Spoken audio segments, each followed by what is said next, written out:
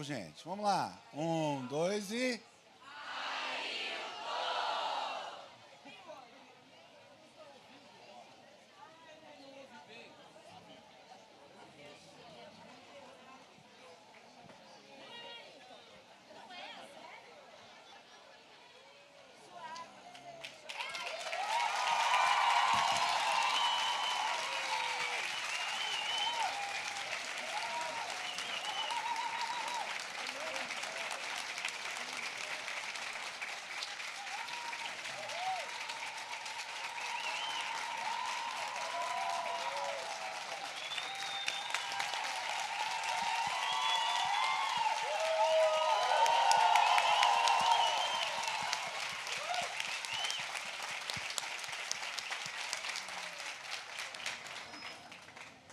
Vamos à audiodescrição primeiro, tá, gente?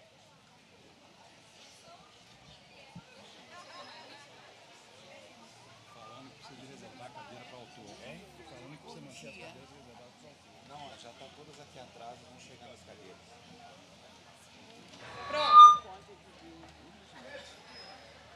Isso aqui. Esse microfone é. Conceição!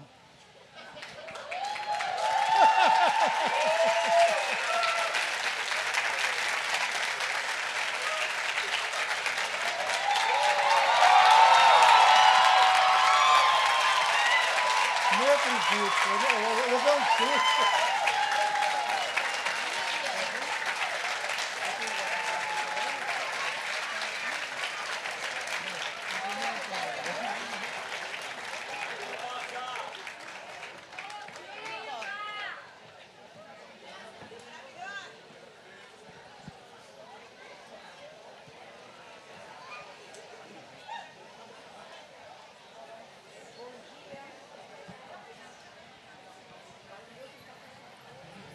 Alô? Bom dia. Bom dia a todas as pessoas presentes aqui e todas as pessoas que nos acompanham pelo YouTube. A presença física e a virtual são muito importantes. Eu queria agradecer, nesse começo, antes, uma participação das intérpretes de Libras. São fundamentais para a inclusão. Jéssica Borges, Vânia do Nascimento.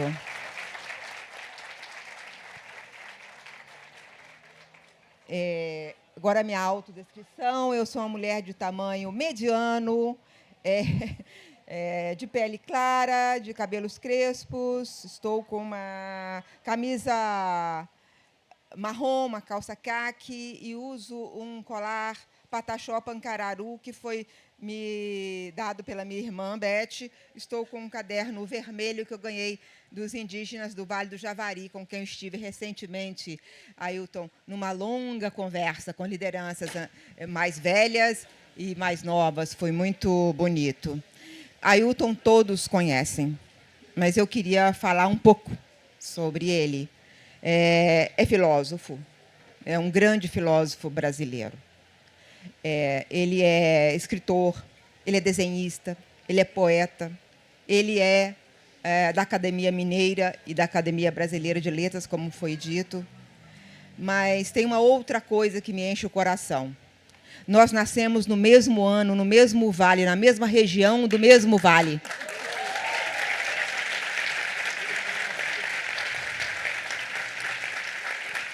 Eu tenho esse orgulho desse pertencimento.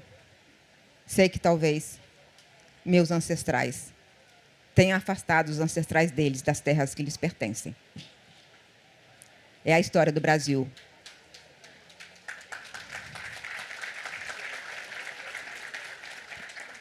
E se isso aconteceu, Ailton, eu peço desculpas.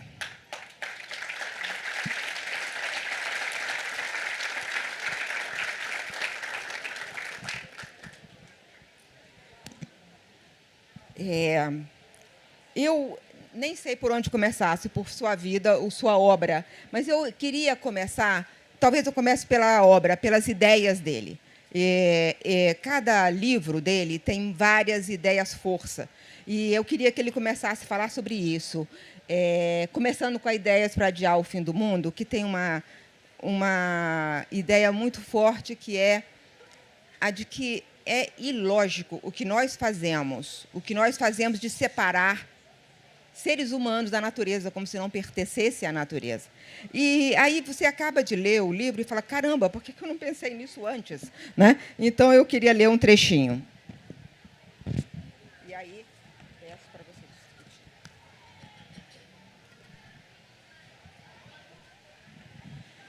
Fomos, durante muito tempo, embalados com a história de que somos a humanidade. Enquanto seu lobo não vem, vamos nos alienando desse organismo de que somos parte, a Terra, e passamos a pensar que ela é uma coisa e nós outra, a Terra e a humanidade. Eu não percebo onde tem alguma coisa que não seja natureza. Tudo é natureza. O cosmos é natureza. Tudo o que eu consigo pensar é natureza. Eu queria, Ailton, que você falasse um pouco mais sobre esse pensamento tão forte, para nos unir de novo à Terra.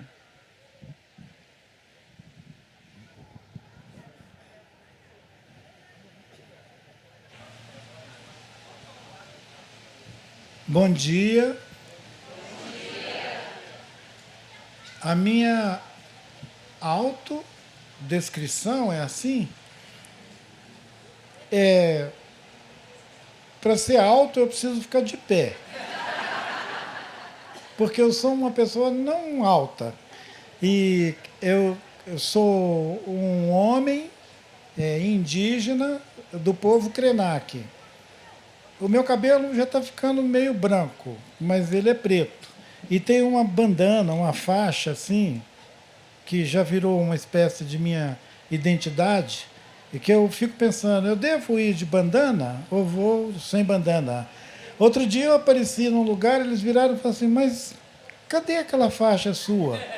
Então tem uma faixa na minha cabeça que parece que é a minha segunda identidade. E é bom que ela prende o cabelo e despista que ele está ficando branco. E eu estou usando uma camiseta branca que está escrito energia positiva, tem um desenho bonitinho de uma palmeirinha. Eu estou usando a minha identidade do Fli Petrópolis. E eu acho que eu já terminei. Eu estou de calça. Ele é caqui. Eu estou com uma camisa e uma calça.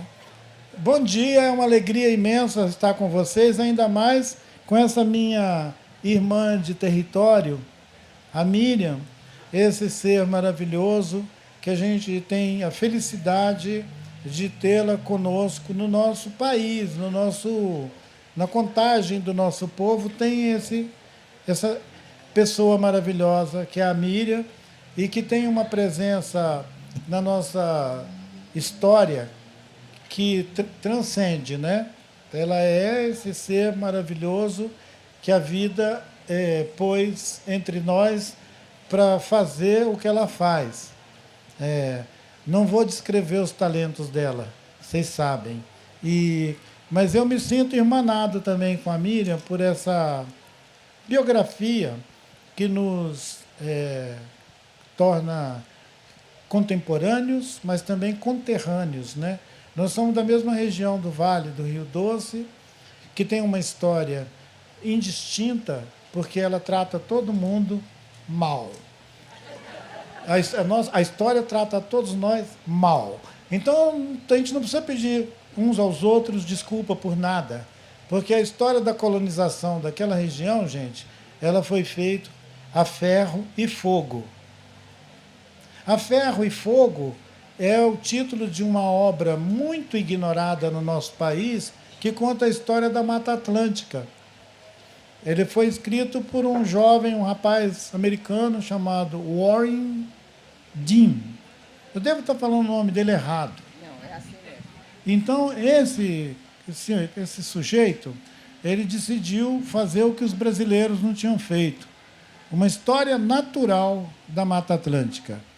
Eu achei interessante que o título fosse História Natural da Mata Atlântica, porque não é a história política, nem é a história, digamos, botânica. Não é a história da botânica, é a história natural da Mata Atlântica. Quer dizer, quando a Mata Atlântica nasceu.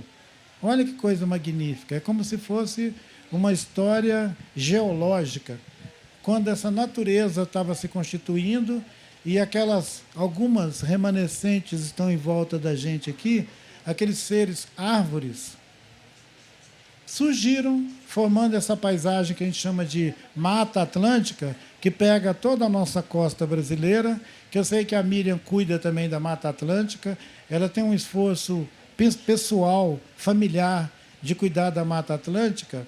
Então, é bom a gente lembrar desse magnífico A Ferro e Fogo, uma história natural da Mata Atlântica, que eu acho que deveria ser muito mais lido, muito mais difundido nas nossas escolas. Concordo.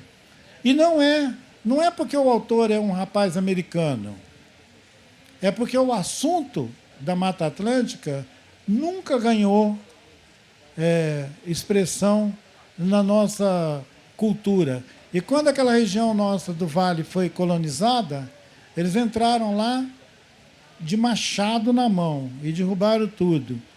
Quando eu e Miriam nascemos, a nossa Mata Atlântica já tinha ido embora. A gente nasceu num lugar sem mata porque tiraram a mata. A gente está refazendo essas matas. E olha que tarefa, refazer as matas. Mas é maravilhoso a gente estar aqui, Miriam. Eu fico muito feliz de compartilhar com você esse momento tão lindo com as crianças, né, hoje de manhã, e agora com essas crianças do meio-dia. E é importante tanto você falar do Warren Dean e do A Ferro e Fogo, porque é como foi atacada a Mata Atlântica e como se ataca a natureza. Eu estava te pedindo exatamente para falar como é importante reunir a humanidade e a natureza. E a gente veio... Ailton? Está fazendo contato? Estou escutando.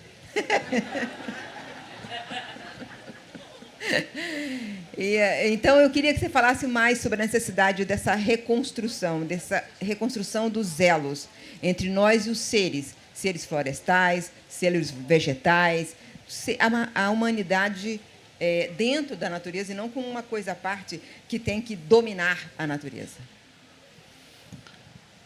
Os 3 livrinhos não são os 3 porquinhos, crianças. São os 3 livrinhos.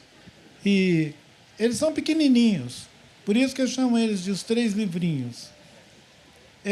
O vermelhinho, o azulzinho, o verdinho... agora virou 4. Porque tem um rio, um pássaro, que é outra história. Vamos ficar nos 3. Eu considero que são 3 ensaios. Alguém me perguntou, você está escrevendo ficção? Eu falei, não. Ensaios. São 3 ensaios que brotaram na minha consciência espontaneamente.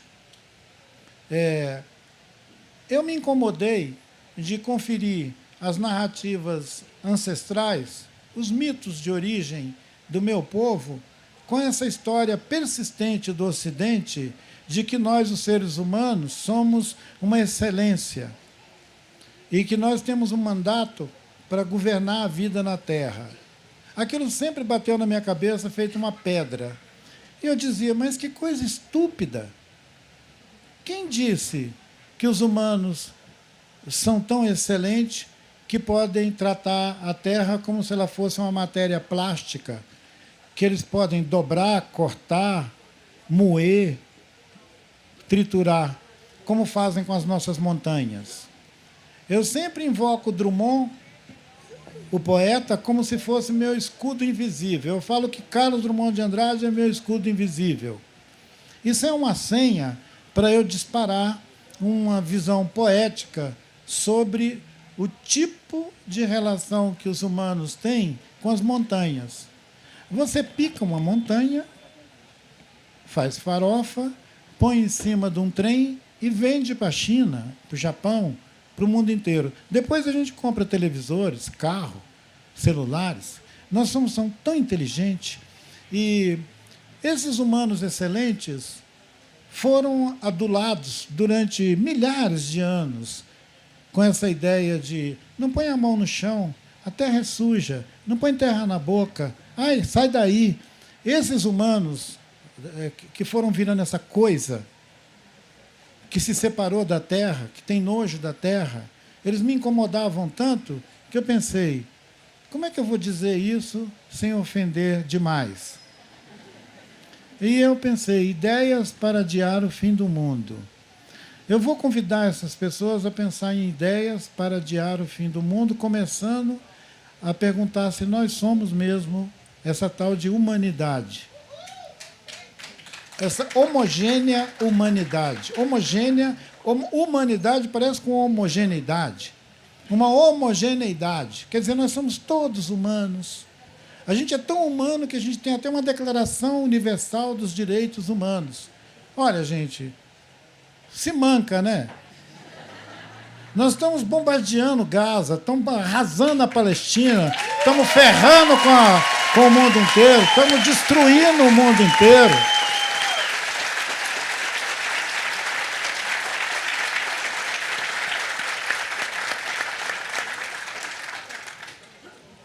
Tem uma campanha que eu sou divulgador dela que diz: o veneno está à mesa, porque nós botamos veneno no chão, nós drogamos o solo. O solo agrícola, 70% do solo agrícola do planeta está envenenado. Você come tomate, tem veneno. Você come uma maçã, tem veneno. O único jeito de você não comer veneno é se você arrumar um jeito de cultivar suspenso um jardim no seu quintal. Aí você vai saber o que você está comendo. Olha, eu sei que alguém pode falar, não, mas Ailton, calma, será que a gente não pode comer nada que não tem veneno? Olha, se você não sabe a origem, você pode estar comendo, sim, veneno. Porque aquelas frutas bonitas, elas são bonitas porque nenhum bichinho chega perto delas. E se um bichinho não chega perto delas, só o humano, burro, é que come aquela fruta. Então, assim, se nenhum passarinho come a goiaba do seu quintal, essa goiaba está com problema. Laranja madura na beira da estrada, ou tem aqueles marimbondos te esperando. No caso, é o veneno, agrotóxico, herbicida, pesticida e todo sida. Mas nós sabemos que o Brasil é o maior importador de agrotóxico. Sabemos. A gente não quer isso, mas acontece. Pois bem, se essa humanidade não é tão homogênea, se ela não é tão assim, por que a gente insiste em embalar esse sonho de igualdade, fraternidade, liberdade, que a Revolução Francesa cunhou e que a gente embala como se fosse um bebê adorado? Olha, essa história de que nós somos uma humanidade e que nos movemos motivados por igualdade, fraternidade e liberdade, é só para nos auto-enganar. Não tem aqueles livros de autoajuda? Eu estou pensando em fazer um de auto-engano. Não somos uma humanidade, não somos homogeneidade, nós não temos uma espontânea produção de fraternidade, igualdade e liberdade. É mentira. A gente se controla para a gente não morder uns aos outros. É por isso que o primeiro mandamento fala: amai-vos uns aos outros. Deus não é bobo, né? Ele falou: eu criei essa desgraça, agora eu vou botar uma focinheira nele. Amai-vos uns aos outros.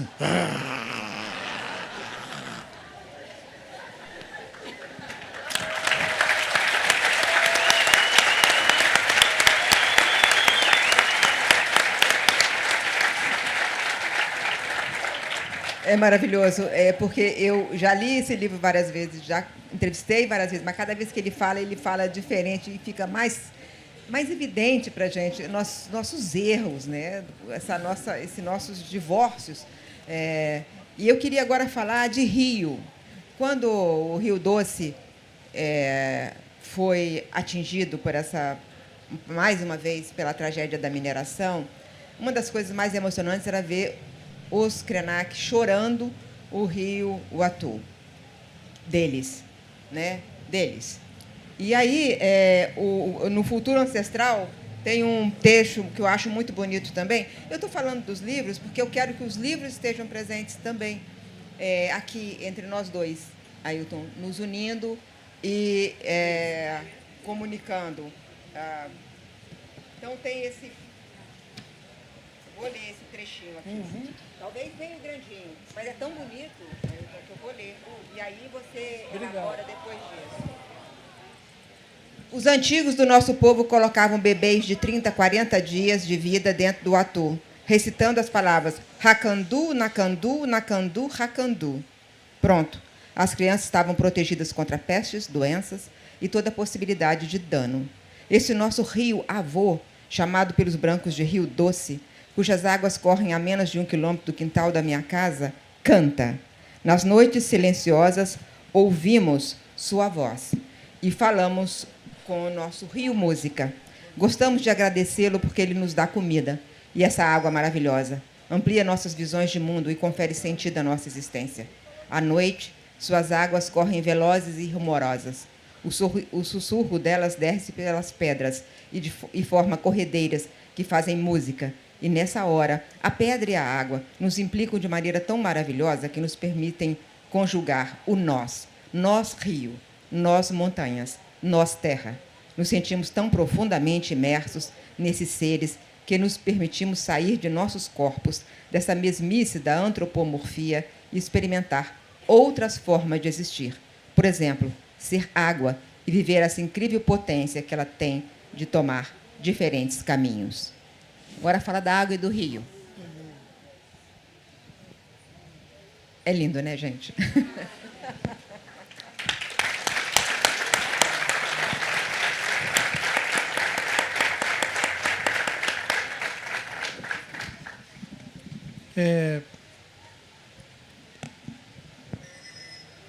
Esse Uatu, o rio, ele é a declaração mais antiga de que existem comunidades humanas aqui no nosso país e no continente que ainda têm uma memória que nós podemos chamar de memória da Terra.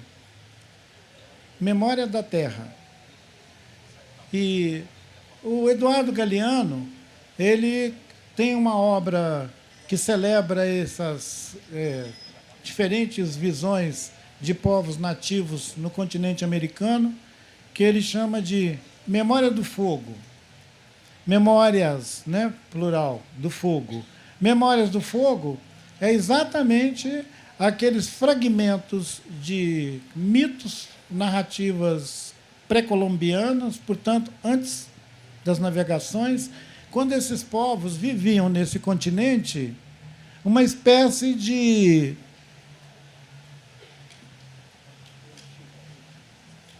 epifania, porque eram misturados com plantas, eles faziam aquilo que o Manuel de Barros revela que gostaria de ser, árvore. Quer dizer, eram árvores, eram água, eram montanhas. Lá no Equador, eu fui a uma região, não sei se é Pastaça, não lembro, eu conheço pouco a geografia do Equador, mas eu fui numa região lá onde vive um povo indígena muito antigo naquele lugar, tanto que quando os incas dominaram a cordilheira, eles deram licença para esse povo continuar na deles, sem passar por cima deles. Porque é bom a gente não se esquecer que teve um império inca, né? O Taiwan-Tsuyo, que pegava da Terra do Fogo até lá no Panamá. Era uma unidade, digamos, cosmogônica. Uma unidade, gente. O pessoal pensava coisas parecidas uns com os outros e produziram essa coisa que chegou no século XXI, que se chama Sumak Kawsay, o bem viver. Sumak Kawsay é na língua aimara. tem o correspondente na língua quechua, que é bem vivir. Bem viver. Aqui no Brasil tem gente que faz agrofloresta, que planta a sua própria comida, que evita comer veneno e que dizem que é o bem viver. Mas é uma aliteração, é uma tradução absurda, não tem nada a ver com bem viver. Porque o bem viver ele é dos humanos. O Sumak Kawsay é a Pachamama, é uma cosmovisão, ela articula a terra, o fogo, a água, a floresta, numa entidade inseparável. Quer dizer, nem o nome do Pai, do Filho e do Espírito Santo não segura uma onda dessa. É inseparável. É inseparável. Essa cosmovisão foi o que manteve esses povos vivos na Bolívia, no Equador, no Chile, no Peru, por ali afora, e ainda alimenta sonhos de pluralidade. A Bolívia tem uma constituição plurinacional. O Equador também. O Equador tem uma legislação que chama o direito da terra, quer dizer, direito da terra, direito da natureza, direito da natureza. Então, é uma como é que chama? Uma jurisprudência instituída no século XXI que reivindica direitos de não humanos. Um rio tem direito, uma floresta tem direito. A gente sai do campo apenas da poesia sobre a natureza e avança num sistema de normas jurídicas, formais, que diz para um sujeito, se você matar um rio, é crime hediondo. Mas nós dizemos, algumas das nossas decisões sobre o humano nos separa de uma maneira tão absurdamente de tudo, que não é o resto, que sugere que o resto, na verdade, aqui somos nós. O que é resto? Fora da língua portuguesa, o que é resto? Alguém pode socorrer aí com a pluralidade linguística? É resto. Fora da língua portuguesa, gente, é resíduo. O resíduo somos nós. O tudo é aquilo que a gente chama de natureza. E nós ficamos fora, porque nós produzimos um fenômeno mental que os neurocientistas vão chamar de abismo cognitivo. Rachou entre nós e a memória da Terra essa continuidade. Quer dizer, nós estamos meio que parecendo filhos abandonados no deserto cósmico. E a gente fica flutuando por aí. Por isso que tem gente querendo ir para Marte, vender foguete. Podia ir, né? Ele podia ir, né? Podia.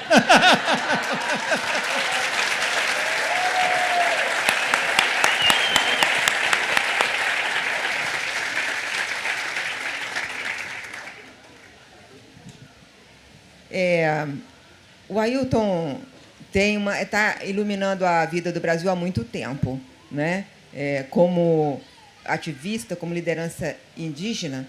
E teve um momento que ficou marcado na imagem de todo mundo, mas aquele momento era parte de um trabalho muito grande. O momento que eu digo ninguém se esquece, mesmo quem não viu a cena, quem nasceu depois da cena, não se esquece de um jovem lindo, de terno branco, pintando o rosto de genipapo e falando da defesa dos direitos dos indígenas. O que era aquele momento? Era um momento em que se travava, o Brasil estava decidindo o seu futuro, com que leis a democracia ia continuar, né? Ia ser constituída no país. E aí tinha todos os lobbies poderosos, fortes, dizendo, não, é o seguinte, vamos dividir os indígenas. Tem os emancipados, né? São os aculturados e os outros. Vamos fazer reserva para os outros. Então, o lobby era muito forte, muito poderoso, tinha muitas empresas, tinha muita gente, e eles se organizaram. Um dos organizadores foi Ailton Krenak, da União das Nações Indígenas, e essa União das Nações Indígenas foi, com sua força moral, lutar na Constituinte. E eles venceram aquele round. A Constituinte produziu um capítulo importantíssimo. Eu estava conversando outro dia com a Joênia Vapchana. Ela falou, tem um antes e depois do artigo 231. E o artigo 231, que foi escrito porque teve essa luta da União das Nações Indígenas, e teve esse momento forte, epifânico para todo mundo, para a nação, que foi o ato do Ailton Krenak no púlpito da Constituinte, está escrito assim: são reconhecidos aos índios sua organização social, costumes, línguas, crenças e tradições, e os direitos originários sobre as terras que tradicionalmente ocupam, competindo à União demarcá-las, proteger e fazer respeitar todos os seus bens.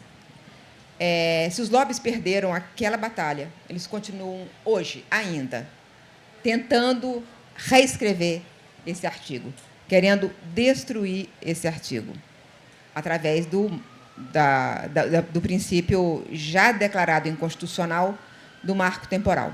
Mas depois que o Supremo considerou inconstitucional, a Câmara fez um projeto de lei, dizendo que não, tem marco temporal.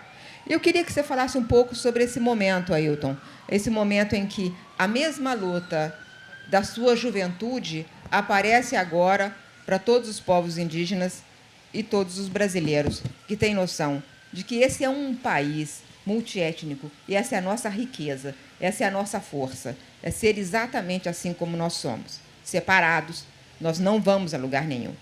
Então, essa é a minha convicção. E eu queria que você falasse, Ailton, sobre aquela luta, os ecos daquela luta e esse momento atual que parece que a gente está dando passos atrás numa batalha que o Brasil venceu naquele momento.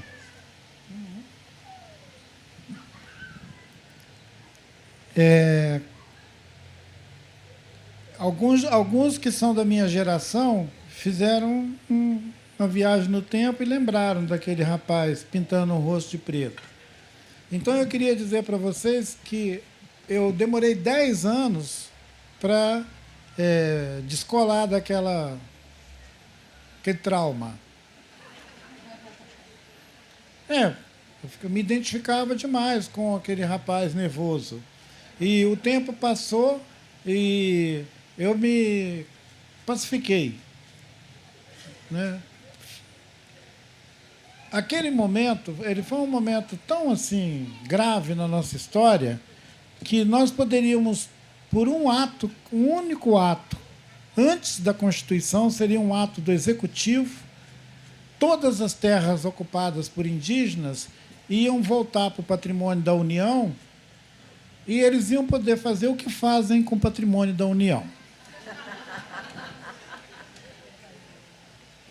Vocês já viram como que são ocupadas na Amazônia, por falar nisso, como que são ocupados na Amazônia as terras públicas, terras da União? Na Amazônia, as terras da União são ocupadas por quem tem mais força.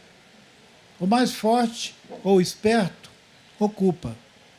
Milhões de hectares de floresta, regiões que o planeta imputa relevância biológica planetária, são chamados de HOTS,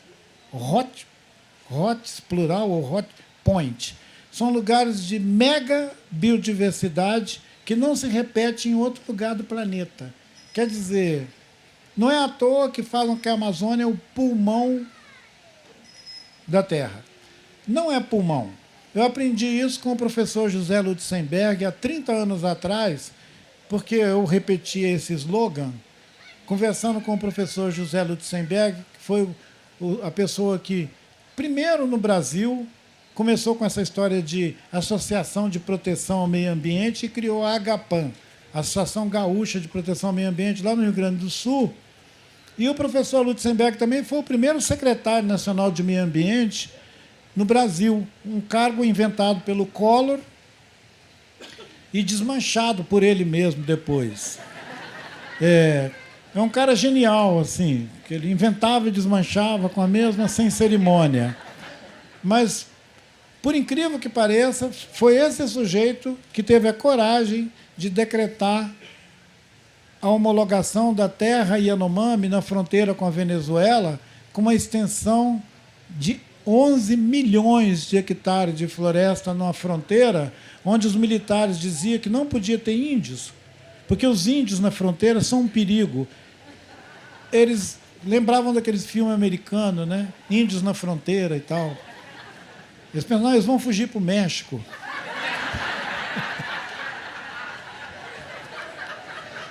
Não deixa esses índios na fronteira que eles vão fugir para o México. Aí, aqueles militares incríveis, né?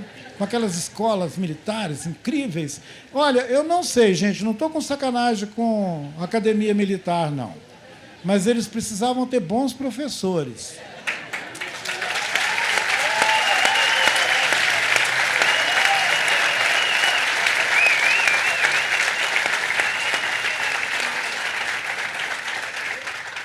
Eles mereciam ter bons professores de geografia, bons professores de economia, de ecologia. Eles deviam ter bons professores de história. Eles deveriam ter bons professores de poesia.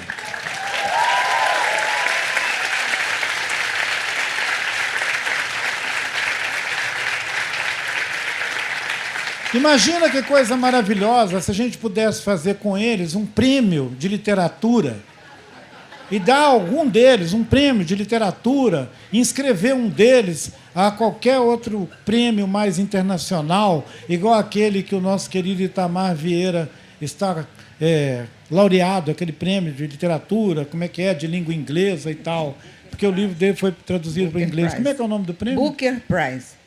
A gente podia indicar a obra deles para esse Booker Prize. Eles não precisavam ir para uma escola americana, eles podiam ficar aqui mesmo no Brasil. Então, seria muito bom que eles tivessem bons professores. O problema é que essa história do excessivo controle desse pensamento positivista sobre a nossa cultura, ele estraga quarteirões. O querido José Murilo de Carvalho, que me antecedeu na Academia Brasileira de Letras, já que eu estou lá, eu preciso fazer alguma referência aos meus colegas. Senão eles vão falar, acredita que o Ailton foi em Petrópolis e nem falou na gente? Então, ó, viva a Academia Brasileira de Letras! Viva a Ana Maria Machado! E viva o Afonso Borges, que faz essa festa literária com vocês. Ó, aí, Miriam, para não perder a ternura, florestas, terra, Amazônia, proteção, entrega do patrimônio. Então, gente, os isso nossos não tem territórios, preço, né? os nossos territórios. Alguém fotografe, pelo amor de Deus. Eu preciso disso na minha vida. Os nossos territórios na Amazônia, eles estavam à véspera da Constituinte de serem apropriados, gente, por estrangeiros doados pela nossa governança local. Quer dizer, era o fim do governo do João Batista, não é isso? Figueiredo. Final do João Batista e entrada do Sarney. Quer dizer, era uma trinca. Então, a gente podia, de uma hora para outra, ter uma declaração de que todas as terras indígenas voltam para o patrimônio da União, feita aquela lei de terras de 1840 lá. E os indígenas, daqui para frente, são brasileiros. Aí eles iam ficar assim, são brasileiros. Aí eu me lembrei desse negócio, porque tem um filme do Woody Allen, que é uma insurreição na América Central, uma guerrilha, uma coisa assim, e os guerrilheiros tomam o poder. E o Woody Allen está fugindo, ele pula um muro, aí ele cai do outro lado e os guerrilheiros pegam ele, botam ele nas costas, e ele, que caiu ali, vira o líder da revolução. Aí eles saem carregando ele e tal, ele olhando apavorado. Aí eles põem ele em cima de um palanque e falam, faz o seu discurso agora. Ele olhou para um lado, olhou para o outro e falou assim, daqui para frente a língua nacional é o sueco. Aí o pessoal fica olhando, tipo, sueco? A língua nacional vai ser sueco? Aí ele vira e fala assim, e também, a roupa de baixo vai ser usada em cima e a de cima embaixo. E está decretado, pronto. Aí ele sai e o povo aplaude, aplaude, aplaude. Uma revolução na América Central. Essa história do Woody Allen e aquela história da gente falar sueco e perder nossas memórias, nossos territórios, nossas línguas, ela estava em franca velocidade. Tanto que era proibido falar a língua nativa no Brasil. Um amigo, um colega meu, que estudou, sabia manipular os equipamentos de comunicação, virou diretor do Parque Nacional do Xingu na transição João Batista Figueiredo para Sarney. E um dia, descuidadamente, ele pegou o rádio comunicador e falou na língua dele, Caiapó. A hora que ele falou na língua dele, o sistema de rádio avisou para ele que ele estava falando uma língua proibida. E ele foi advertido e o equipamento foi retirado de lá, porque não podia falar aquela língua estranha. Ele tinha que falar português. Quer dizer, um indígena de dentro do Xingu, para se comunicar com a FUNAI ou com qualquer agência do governo fora, tinha que falar português. Ora, já que nós estamos falando na academia, quando eu cheguei lá na Academia Brasileira de Letras, me perguntaram, o que é que você traz para nós? Eu falei, que tal 305 línguas estranhas?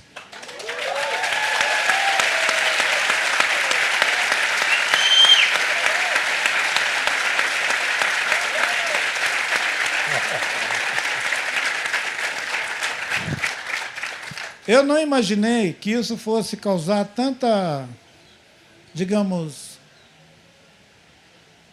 empatia no ambiente da academia. Mas isso foi acolhido, gente, com uma expectativa que vocês não imaginam. Eu acho que eles falaram, quero ver. E agora eu estou com essa batata quente na mão. Não é o livro da Miriam. Olha, eu não sei qual a capa que eu mostro para vocês. Se é essa corajosa Miriam atravessando uma árvore, um tronco caído no meio da floresta, porque para atravessar um tronco desse aqui, ó, sem cair lá de cima, você tem que ter equilíbrio mesmo. A gente chama isso de uma árvore caída. E, pois bem, olha aqui, está linda essa foto. Eu tenho que dizer mais um negócio, que quem fotografou foi o Sebastião Salgado. Ah, é por isso.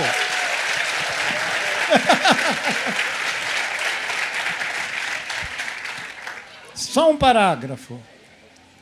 Maior floresta tropical do mundo, maior reservatório de água doce, maior patrimônio de biodiversidade do planeta. O mais complexo dos ecossistemas da Terra. Um bioma que é, em si, uma coleção de biomas. Eu acho que essa é a definição mais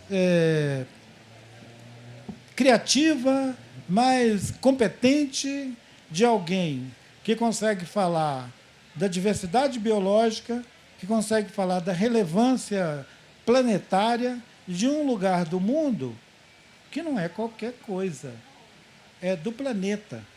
Qual outro continente pode se referir a uma paisagem sua dizendo que ela é do planeta? Tem muito lugar bonito no mundo, né, gente? Mas dá licença. Gente, muito obrigada. Isso não estava nada combinado, gente. Era só para falar dele. Eu tinha pedido assim, eu falei, Afonso, por favor, eu quero entrevistar o Ailton. Aí ele pega meu livro, gente, mas eu fico feliz, né, claro. Mas assim, não era essa a combinação. Não, só faltava eu ganhar tanto presente da minha amiga e fingir que eu não estou vendo que um dos trabalhos dela, que mais fundo tratou da questão da ocupação da Amazônia, é a disputa da Amazônia, podia ser a palavra. A Amazônia é um território planetário que está em disputa frenética. Tem gente que quer petróleo, tem gente que quer nióbio, tem gente que quer mineral estratégico para fazer bateria de carro, tem gente querendo fazer qualquer coisa, inclusive nave espacial com pedaços da Amazônia. Não é brincadeira. E tem um romance, gente, que é de lascar o cano, que o título dele é Perdoem numa manhã tão solar e linda, anunciar o título do livro. O título do livro é A Morte e o Meteoro. Ele é do Joca Renner Terron. Quando eu li esse livro, eu falei, tomara que isso não aconteça. É uma ficção para 2045, quando esse povo que quer tomar a Amazônia da gente vai disputar ela a ferro e fogo, como fizeram com a Mata Atlântica. Então, quer dizer, já tem muitas visões estratégicas sobre um futuro, década de 40, 50, com gente querendo tomar esse lugar da gente a tapa. Não é brincadeira. Esse livro da Miriam, ela antecipa, olha lá, na encruzilhada. Eu acredito que ela está falando, inclusive, da vocação, digamos, recente do Brasil, de querer desenvolver uma bioeconomia para a Amazônia. Né? Essa bioeconomia para a Amazônia, que a nossa querida Marina Silva já preconiza há muito tempo, e o Lutzenberg já falava há 40 anos, ela é uma promessa futurista, porque a gente precisava enfrentar os problemas da Amazônia tirando aquelas pessoas que vivem em palafita e que, quando dá enchente, se misturam com o esgoto sanitário. Como é que a gente vai fazer bioeconomia na Amazônia se a maior parte da população está vivendo em palafitas que dá descarga na água que passa debaixo de casa e que depois a gente pega com a caneca? A gente não pode coexistir com uma violência dessa e continuar dizendo que nós, os humanos, somos o sal da terra. Eu digo, os humanos não são sal da terra, não. Os humanos, de maneira nenhuma, são o sal da terra. Nós podemos ser, talvez, o carbono da terra, mas não o sal.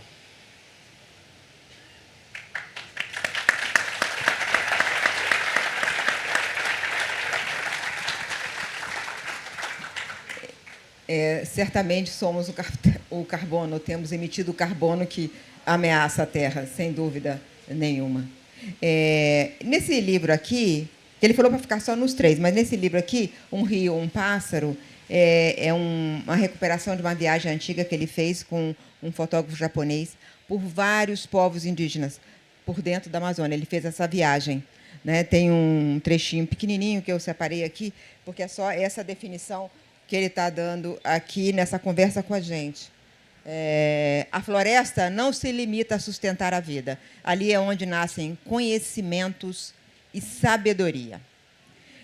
Você viajou por todos esses povos, foi no Yanomami, isso aqui, essa terra, inclusive esse capítulo é da viagem aos Yanomami.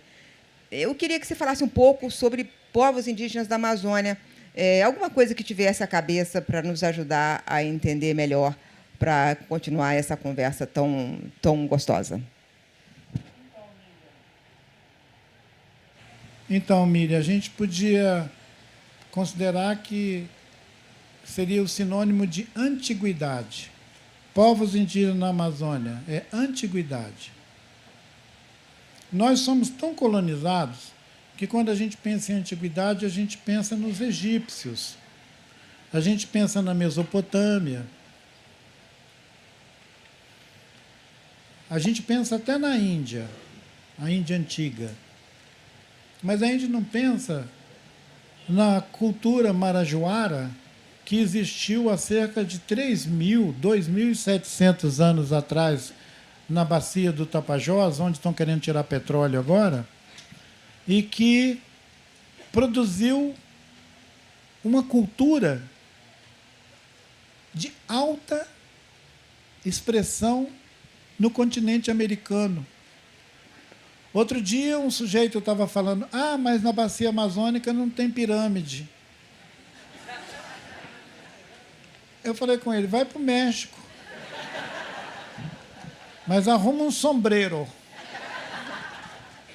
Então, o que você vai fazer com uma mentalidade tão medíocre, que não consegue ver a antiguidade como uma herança ancestral?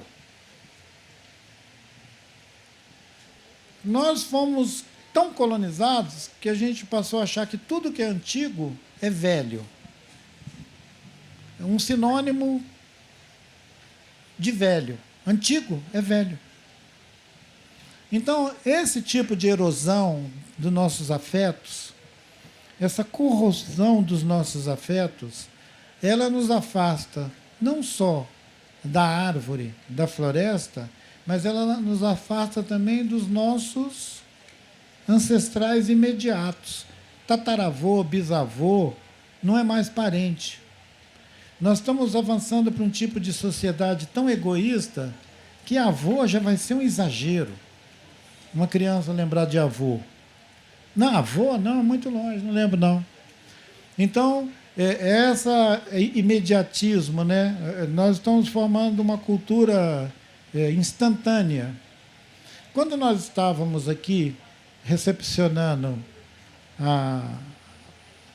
as crianças que apresentaram os trabalhos, a nossa apresentadora falava aqui no púlpito e todo mundo olhava ela lá. Liu, é como se, ao invés de vocês que estarem conversando comigo, vocês estivessem hipnotizados por aquela tela. Vamos fazer uma experiência, desligar a tela pelo menos por 1 minuto?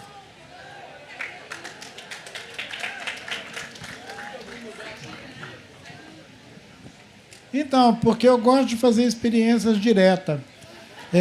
Eu ia ver o que ia acontecer, ia ver que emoção que ia causar em vocês se por um instante vocês tivessem que virar assim para me ver. Ó.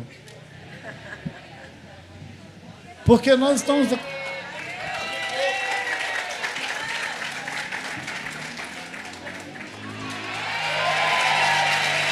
Olha a diferença! E o tal do calor humano? E o tal do calor humano? A gente está deixando essas telinhas capturar a gente de uma maneira tão indefensável que quando aparece uma telinha, a gente olha para a telinha e deixa os seres humanos de verdade, a floresta de verdade, a vida de verdade bate lá fora. E a gente fica hipnotizado pela telinha, né? Hipnotizado pela telinha.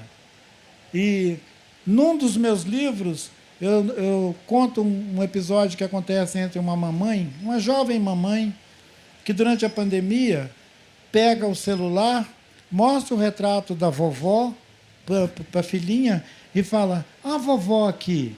Aí a filhinha beija o celular. E aí ela treina a filhinha a beijar a vovó no celular. O dia que ela encontra a vovó dela, ela olha e fala, mas não é a vovó, porque a vovó é do celular. E o Caetano fala daquela tela azul que separa as nossas peles, não é isso? Tem uma tela azul que separa a gente. Daqui a pouco a gente vai ter gente que só vai namorar com o celular. Se alguém chegar perto e falar, nossa, ele soa. Ixi, ai, que nojo. Porque a tela você pode lamber ela.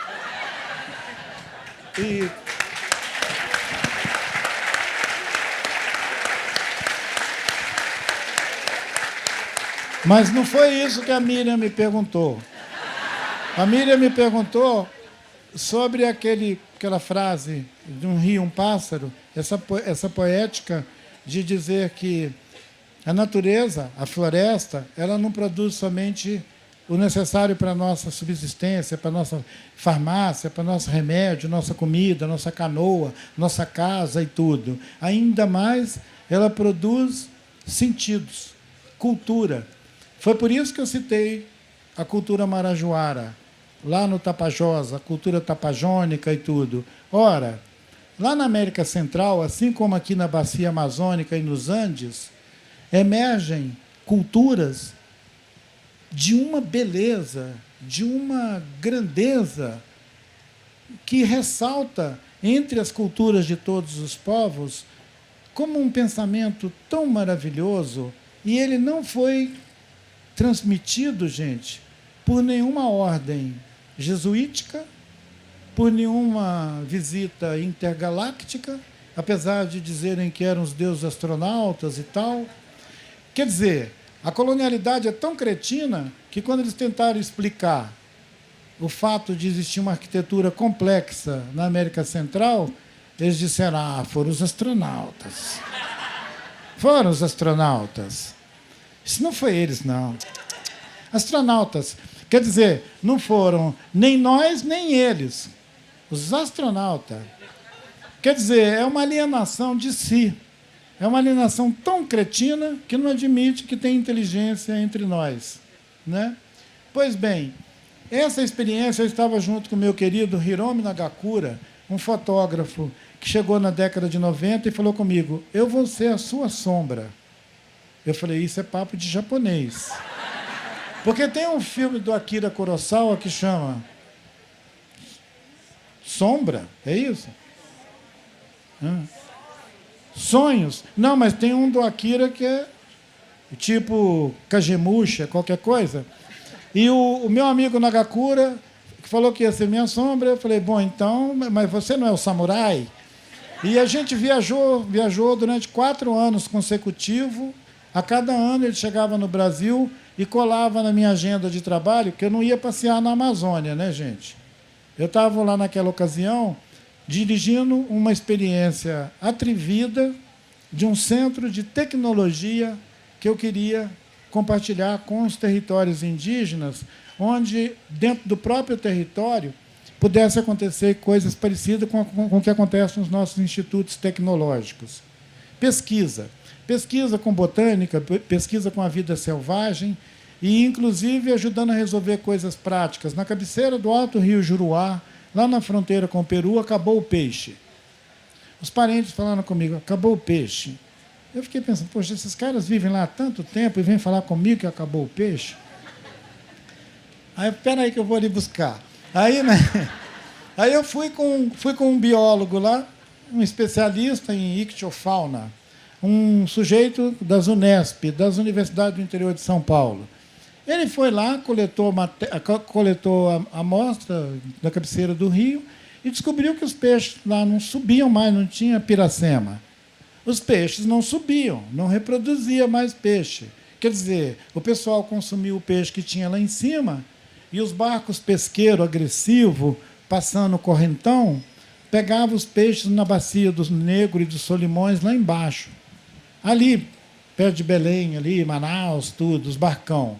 Os barcão pegavam tudo.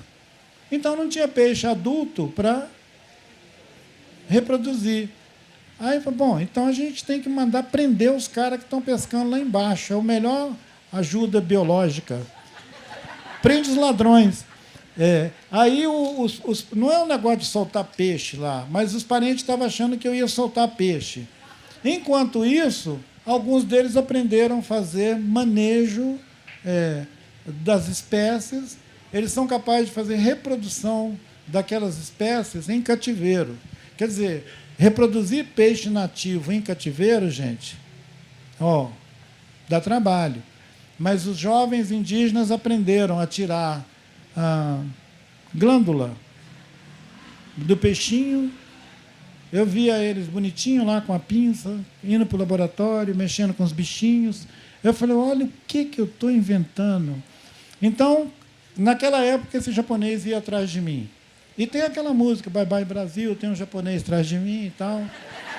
Bye Bye Brasil, não é isso? Tem um japonês atrás de mim, a ficha está chegando no fim, e tal. Aí, subia no Rio.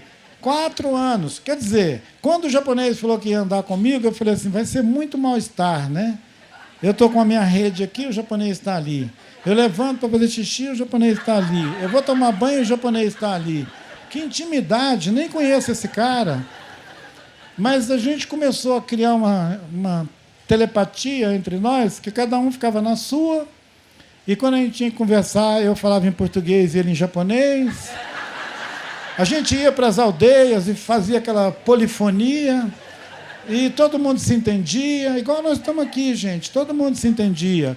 Então a gente fica com esse preconceito, achando, não, tem que aprender japonês, porque senão ele não vai entender, ou português. Não. A gente escreveu o livro junto, fez documentário junto, viajou junto. E esse livro maravilhoso, Um Rio, um Pássaro, ele recupera algumas das visões mais, assim, digamos, criativa. E tem desenhos seus também, né? Que um encontro intercultural. A Miriam quer contar para vocês que eu desenho também. É. Aí, gente, aí ó, criançada, vocês que desenharam o Ziraldo aí, né? Aí o Nagakura publicou um livro das nossas viagens no Japão. Ele publicou um livro das nossas viagens no Japão em 98. Esse livro rodou e ganhou edição especial ano passado, quando a gente inaugurou uma exposição dele chamada Hiromi Nagakura com Ailton Krenak até a Amazônia. Parece título de novela ou de literatura de cordel. Hiromi Nagakura com Ailton Krenak até a Amazônia. Parece que a gente foi a pé para lá. Aí, ou de canoa. Mas ele chegava do Japão, a gente pegava um avião, ia para Rio Branco, Boa Vista, Cuiabá, Campo Grande, Belém, Manaus, Parará, Marabá. A gente andava para todo lado, depois a pé, canoa, cavalo, chegava nas aldeias. Porque ele falou comigo, eu não quero chegar numa aldeia e falar, eu sou japonês, fotógrafo. Eu queria que alguém falasse, ele é o fotógrafo. Aí eu falei, tá, tudo bem, então, ele é o fotógrafo. Aí eu levava ele, apresentava ele para os meus parentes, eles acolhiam ele virou também, ele foi totalmente acolhido e tal, amigo de todo mundo. E quando nós inauguramos a exposição dele no CCBB, não, lá no Instituto Tomiotaki, em São Paulo. Depois ele veio para o Rio, para o CCBB, o Centro Cultural do Banco do Brasil. Daqui ele vai para Brasília, dia 10 de junho. De lá ele vai para Belo Horizonte em setembro. Aí o Nagakura vem de novo ao Brasil para a gente dar um passeio. Mas o que a gente compartilhou é que uma vez o Nagakura estava junto comigo e ele parou. Era uma floresta que, se você andasse uma semana rio acima ou voltasse uns 2 dias para baixo, você não ia encontrar nenhuma casa. Quer dizer, ninguém morando a não ser o povo da floresta. É aquela região onde, de vez em quando, eles anunciam que acharam uma tribo que ninguém nunca viu. Essa história é incrível, né? De vez em quando, a manchete, assim, encontrado a tribo que nunca ninguém viu.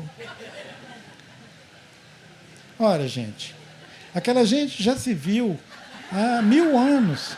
Eles vivem vendo uns aos outros. Eles cantam, dançam, eles suspendem o céu. E apresentam eles como se fosse uma tribo que ninguém nunca viu. Então, essa narrativa colonialista, bobona, engana as nossas crianças com esse papo de que nunca ninguém viu. Parece a pirâmide que foi feita pelos astronautas. O livro que eu citei do Joca, ele é incrível porque o Joca conseguiu botar um astronauta no livro. Mas ele põe o astronauta numa situação muito diversa. Esse astronauta não veio ensinar nada. Esse astronauta foi capturado por uma dessas tribos que nunca ninguém viu, enfiado dentro de um buraco, com o roupão, com o fardão e tudo, capacete e tudo. Quer dizer, tem uma múmia de um astronauta dentro de uma tumba. E esses índios selvagens, que nunca ninguém viu, cultivam um astronauta.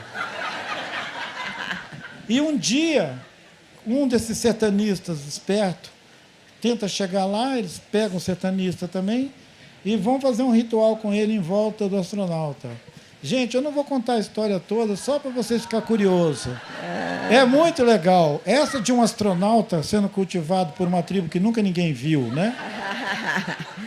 Gente, eu queria falar que temos outra mineira aqui entre nós, viu, Ailton? Carmen Lúcia, a ministra Carmen Lúcia já chegou aqui.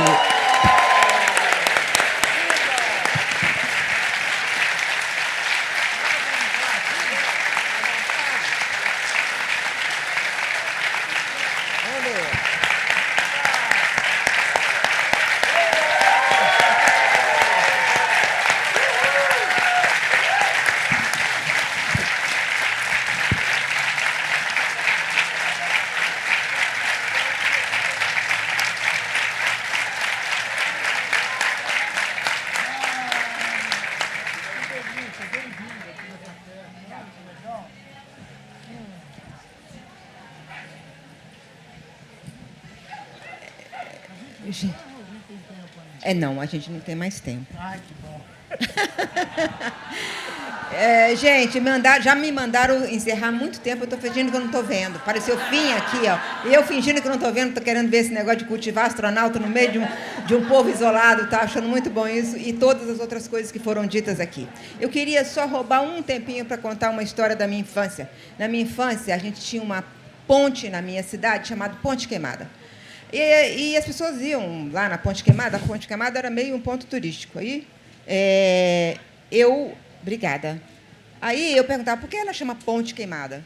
É porque os fazendeiros construíam a ponte, aí os índios queimavam a ponte, porque os fazendeiros queriam ir para a terra dos índios lá. Eles falavam assim. Aí que índios? Eram os botocudos, eles falavam, que é os ancestrais dos Krenak.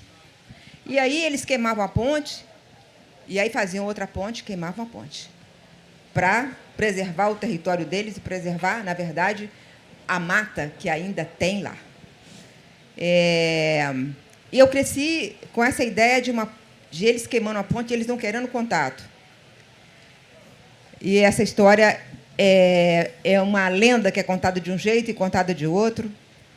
Mas eu queria que essa conversa que eu pedi para ter aqui com o Ailton Krenak fosse, Afonso, a ponte que nos una. Sempre, Ailton.